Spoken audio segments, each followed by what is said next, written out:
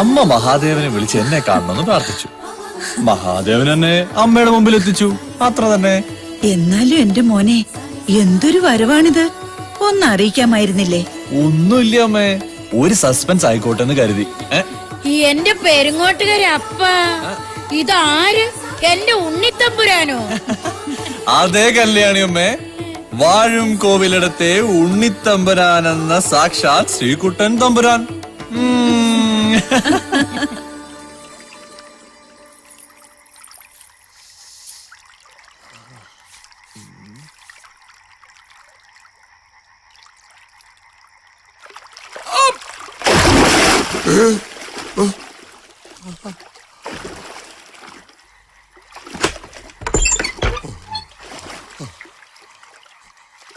ആരാ ആരാ?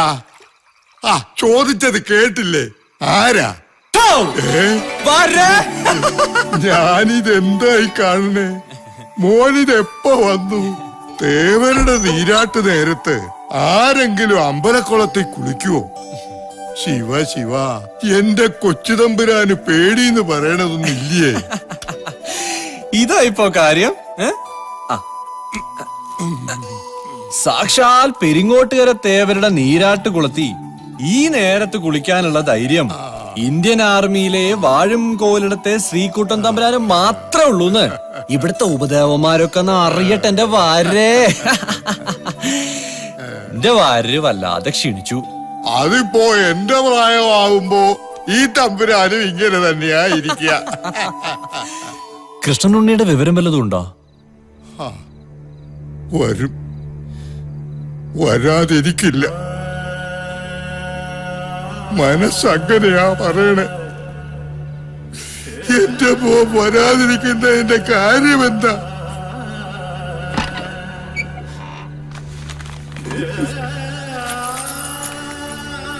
കൊച്ചുതമ്പുരാൻ ഇത് കണ്ടോ? എന്റെ മോൻ വരുമ്പോ കഴുത്തിലിടാൻ വേണ്ടി പണിയിച്ചതായി മാല. കയ്യിലൊരു വാച്ച് കെട്ടട്ടെ.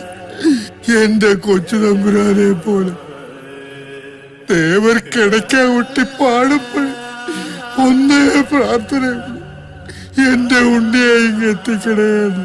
ഇന്നാള് ഹരിദ്വാറിൽ വെച്ച് രാമനുണ്ണി അവനെ കണ്ടു എന്ന് പറഞ്ഞു. പിന്നെ കേട്ടു ഋഷികേശിലുണ്ടെന്ന്. നട തുറക്കുമ്പോഴും അടയ്ക്കുമ്പോഴും തേവരോട് ഈ വാര് പറയും, എന്റെ മോന്റെ കൈകൊണ്ട് ഈ വയസ്സന്റെ അസ്ഥി നിമജ്ജനം ചെയ്യണമെന്ന്. അല്ലാതെ എന്റെ കൈകൊണ്ട് 10ാം വയസ്സിൽ പോയതാ. വർഷം 18ആയി. മനസ്സു നൊന്തു പിടയ്ക്കുക. വരുമെന്ന് പറഞ്ഞ് കാത്തിരിക്കാന്ന് വെച്ചാ വല്ലാത്തൊരു ഭ്രാന്ത് തന്നെയാ. എന്താ ഇത്? കരയാനാണോ എന്നെ ഈ ചായപ്പിനകത്തേക്ക് കൂട്ടിക്കൊണ്ടു വന്നത്?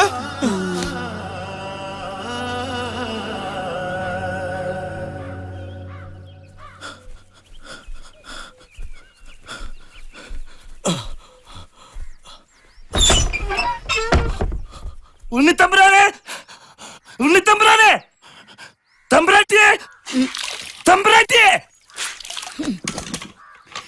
തമ്പുരാട്ടിയെ. ആയാട്ടി, തമ്പുരാട്ടി അമ്പലത്തിൽ തൊഴാൻ പോയിരിക്കുക.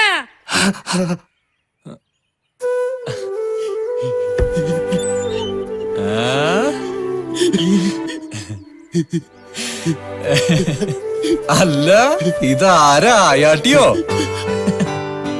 എന്താ രാവിലെ ഒരു കള്ളച്ചിരിയായിട്ട്? വെളുപ്പിന് കട്ടൻ ചായ കുടിക്കാൻ പോയപ്പോ രാമനുണ്ണിയാ പറഞ്ഞത് ഉണ്ണിത്തമ്പുരാൻ വന്നിട്ടുണ്ടെന്ന്.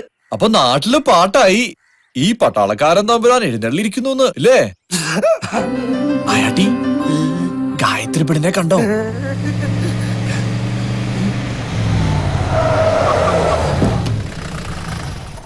ഗോപിയെ, ഓ, ആ ജാനുവിനെ വിളിച്ച് ഈ സാധനങ്ങളൊക്കെ എടുത്ത് അകത്ത് വയ്ക്കാൻ പറ. ജാനു കിടന്ന് കാറാതടോ. ഓ,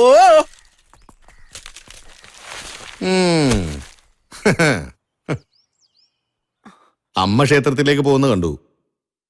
നിനക്ക് എത്ര ദിവസത്തെ ലീവ് ഉണ്ട്? 2 മാസത്തെ. ലീവ് കഴിഞ്ഞ അങ്ങ് നേരെ കാശ്മീരിലേക്കാ. ആ, ചില അടിപിടികൾ നടന്നു എന്ന് അമ്മാവൻ അറിഞ്ഞു. നിന്റെ അമ്മ അറിഞ്ഞോ? അയ്യോ അമ്മാവ ചതിക്കല്ലേ, അമ്മ അറിഞ്ഞ എന്നെ കൊന്നു കളയും. വാഴും കോവിലെടുത്ത സുഭദ്ര തമ്പുരാട്ടി ഹിറ്റ്ലറാ. ആ, എന്നാ നീ ഒരു കാര്യം അറിഞ്ഞോ? ഈ വരവിന് ആ ഹിറ്റ്ലർ നിന്നെ പിടിച്ച് കല്യാണം കഴിപ്പിക്കാനുള്ള തയ്യാറെടുപ്പിലാ. പിന്നെ ഞാനൊരു കാര്യത്തിൽ നിന്നോട് മുൻകൂർ ജാമ്യം എടുക്കുക. അമ്മ ഏതൊരു കാര്യം തീരുമാനിക്കുന്നുവോ അതിനോട് അമ്മാവ് അനുകൂലിക്കും. വേറൊന്നും കൊണ്ടല്ല, വാഴും കോവിലിടത്തെ സുഭദ്ര തമ്പുരാട്ടിയുടെ തീരുമാനം അതിനു മേലെ സാക്ഷാൽ ഗരുഡൻ പോലും പറക്കില്ല. എന്റെ ഉണ്ണി, നിന്റെ അമ്മയെ വേദനിപ്പിക്കുന്ന ഒരു തീരുമാനവും എന്റെ മോൻ എടുക്കരുത്. ഭദ്രമാമയ്ക്ക് ഇപ്പൊ എത്രയേ പറയാനുള്ളൂ. ആ, ഇത് അമ്മയുടെ കൊടുത്തേക്ക്. പടിഞ്ഞാറേ പറമ്പിലെ വരവ് അല്പം കുറഞ്ഞിട്ടുണ്ട്.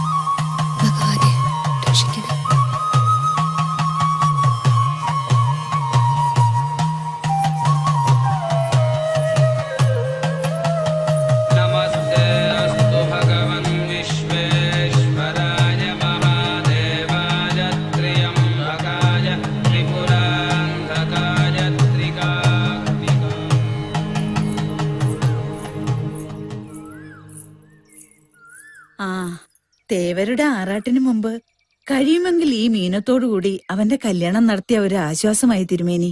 കഷ്ടിച്ചു കിട്ടുന്ന ലീവൊക്കെ ഉള്ളൂ. ആലത്തൂരിൽ നിന്നുള്ള ബന്ധം അതങ്ങ് അന്വേഷിക്കാൻ ഭദ്രനെ ഏൽപ്പിച്ചിട്ടുണ്ട്. കുട്ടിയെ കുറിച്ച് അന്വേഷിച്ചോ തമ്പുരാട്ടിയെ? കുട്ടി നല്ല സുന്ദരിയാണെന്നാ പറയണേ. ഇനിയിപ്പോ നാട്ടുകാരെ വിളിച്ച് കെങ്കേമായ ഒരു സദ്യക്കുള്ള ഒരുക്കങ്ങൾ ചെയ്യാ എന്നാ തമ്പുരാട്ടി പറഞ്ഞു പറഞ്ഞല്ലേ? ആ, പിന്നെ പറയാൻ മറന്നു.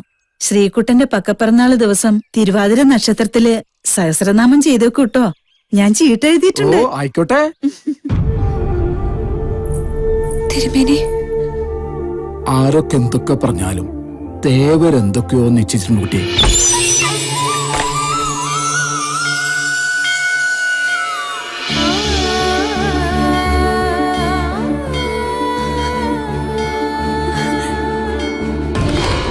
ശ്രീ ചന്ദനത്തെന്നലായി നെറ്റിമേലിറ്റിടും.